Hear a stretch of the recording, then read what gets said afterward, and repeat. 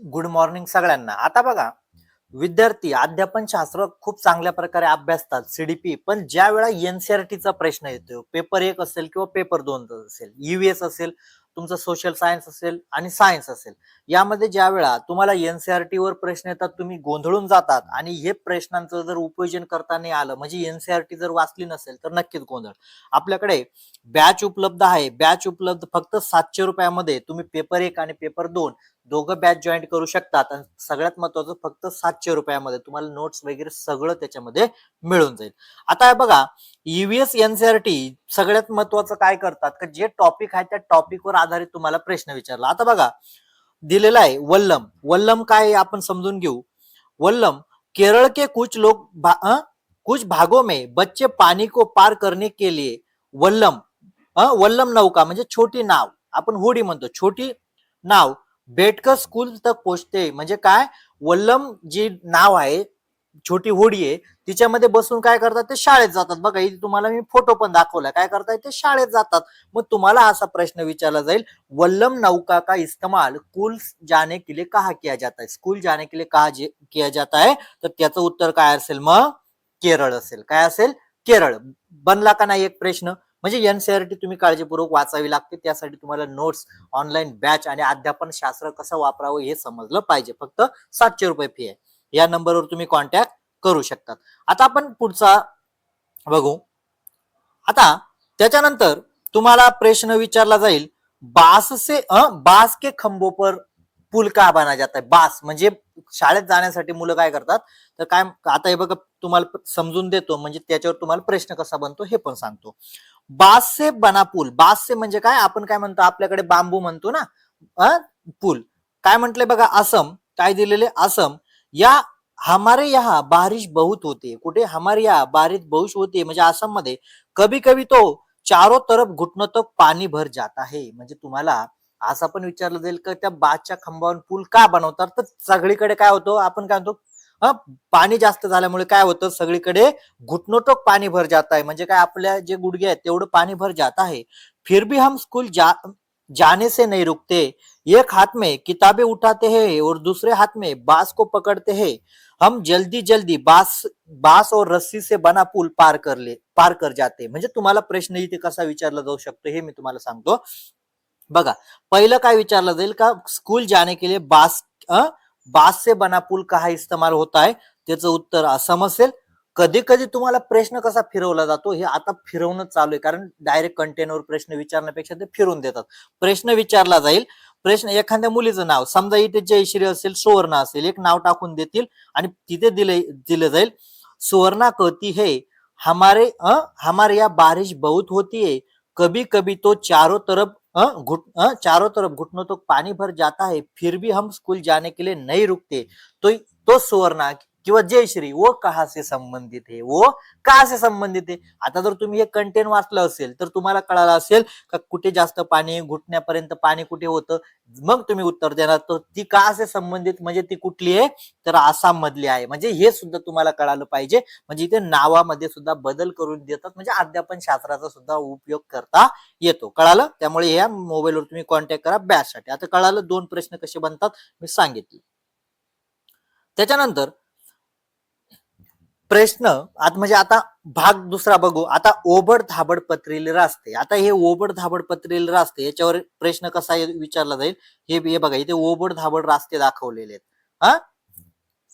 ओबड़ धाबड़ पथरीले रास्ते, हम पहाड़ी इलाके में रहते हैं, हम पहाड़ी इलाके में रहते हैं, या दूर दूर तक ओबड़ खाबड़ पथरीले रास्ते हैं, मैदान या शहर में रहने वाले बच्चों को भले ही मुश्किल लगे, हम तो भागते हुए पहाड़ी रास्ते पर पार कर जाते हैं. तर कुठे आहे ते, उत्तराखंड मध्ये. आता बघा, तुम्हाला प्रश्न विचारला येईल, ओबड़ धाबड़ पथरीले रास्ते कहा होते, तो उत्तराखंड में.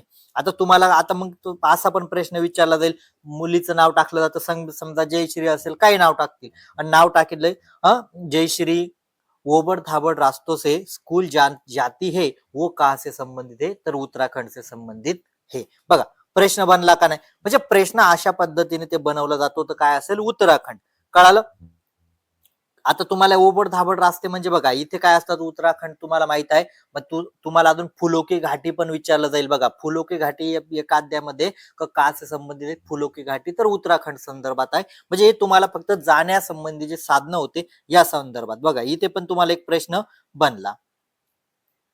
त्याच्यानंतर लद्दाख संदर्भात तुम्हाला प्रश्न विचारला जातो. तर आता म्हणजे शाळेत जाण्यासाठी जे साधनं आहेत त्या साधनांसंबंधी आपण प्रश्न बघत आहोत. काय म्हटले बघा, लद्दाख ट्रॉली. ट्रॉली म्हणजे बघा आता इथे काही मुली आहेत आणि ह्या मुली काय करतात, आता एक कसं आहे तुम्हाला समजून देतं. स्कूल पोहोचने के लिए हम रोज नदी पार करणे होते. म्हणजे काय, शाळेत जाण्यासाठी दररोज नदी पार करावी लागते. खूप चौड़ी गहरी नदी नदी नदी पार की जाती जाती हुई मजबूत लोहे की रस्सी. मजबूत लोहे की रस्सी म्हणजे आपण तार म्हणतो बघा, लोहे की रस्सी. मजबूत लोहे की रस्सी एक दोनों तरफ से भारी पत्थरों या पेड़ों से कसकर बांधती है, कसकर बांधी जाती है. ट्रॉली लकड़ी से बना झूला. ट्रॉली म्हणजे काय, लकड़ी से बना झूला म्हणजे आपण काय झोक्यासारखी एक ट्रॉली असते, इथे तुम्हाला दाखवलेली आहे. झूला पुली की मदद से इस रस्सी की सरक, पूल म्हणजे आपण ते चाक म्हणतो बघा, सरकते हैं. हम चार पांच बच्चे एक साथ ट्रॉली में बैठकर पहुंच जाते, नदी के उस पार पहुंच जाते. म्हणजे काय, तुम्हाला इथे पण प्रश्न विचारला जाईल, स्कूल जाने के लिए ट्रॉली का इस्तेमाल कहाँ होता है, तर लद्दाख में होता है.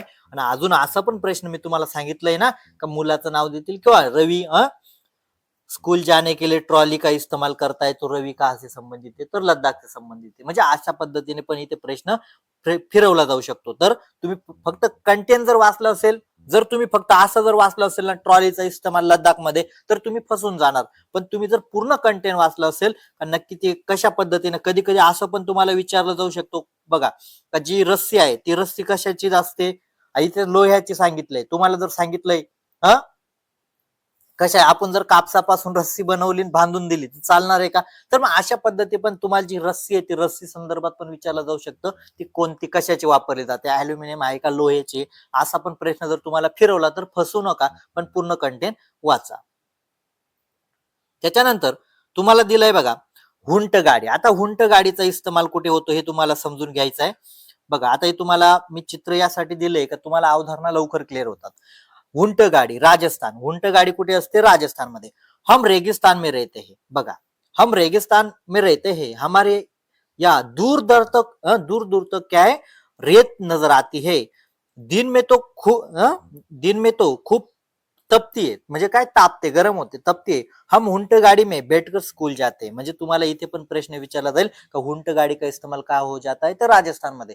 पण जर आता आपण सहजपणे सांगू शकतो का हुंट म्हणजे राजस्थानची थोडं संबंध आहे. मग कधी कधी तुम्हाला काय दिलं जाईल का फक्त हम रेगिस्तान में रहते हैं, हमारे या दूर दूर तक रेती रेत है, रेत दिन में बहुत तपती है और हम गाडी में ऊंट गाडी में बैठकर स्कूल जाते. तो का असे संबंधित आहे, विद्यार्थ्याचं नाव देतील किंवा काहीतरी देतील, लगेच मग तुम्हाला ते उत्तर आलं पाहिजे, तर राजस्थान. कळालं. म्हणजे अशा पद्धतीने तुम्हाला प्रश्न येतात. त्यासाठी तुम्हाला आता एवढं कळालं असेल का पूर्ण कंटेंट वाचल्याशिवाय तुम्ही अध्यापन शास्त्र बनू शकत नाही. ज्या विद्यार्थ्यांना बॅच जॉईन करायचे लवकरात लवकर बॅच जॉईन करा. कारण एक बघा, आपण फॉर्म भरतो, हे सगळं जाण्या येण्याचा खर्च, आपण एवढा खर्च आपण काय तुम्ही अनुभव नापास होऊन गेले तर परत देण्यापेक्षा फक्त 700 रुपयामध्ये तुम्ही बॅच जॉईन करा. 700 रुपयामध्ये एवढं उपलब्ध नाहीच होत कुठे, पण मी तुम्हाला उपलब्ध करून देतोय फक्त 700 रुपयामध्ये. एवढ्या कमी फी मध्ये तुम्हाला काय काय मिळेल, ऑनलाईन टेस्ट ऍप मिळेल, मराठी आणि हिंदीमध्ये नोट्स आणि रेकॉर्ड आणि लाईव्ह बॅच उपलब्ध होईल. हे सगळ्यात महत्वाचं आहे. व्हिडिओ कसा वाटला लाईक करा आणि जास्तीत जास्त आपल्या मित्रांपर्यंत शेअर करा.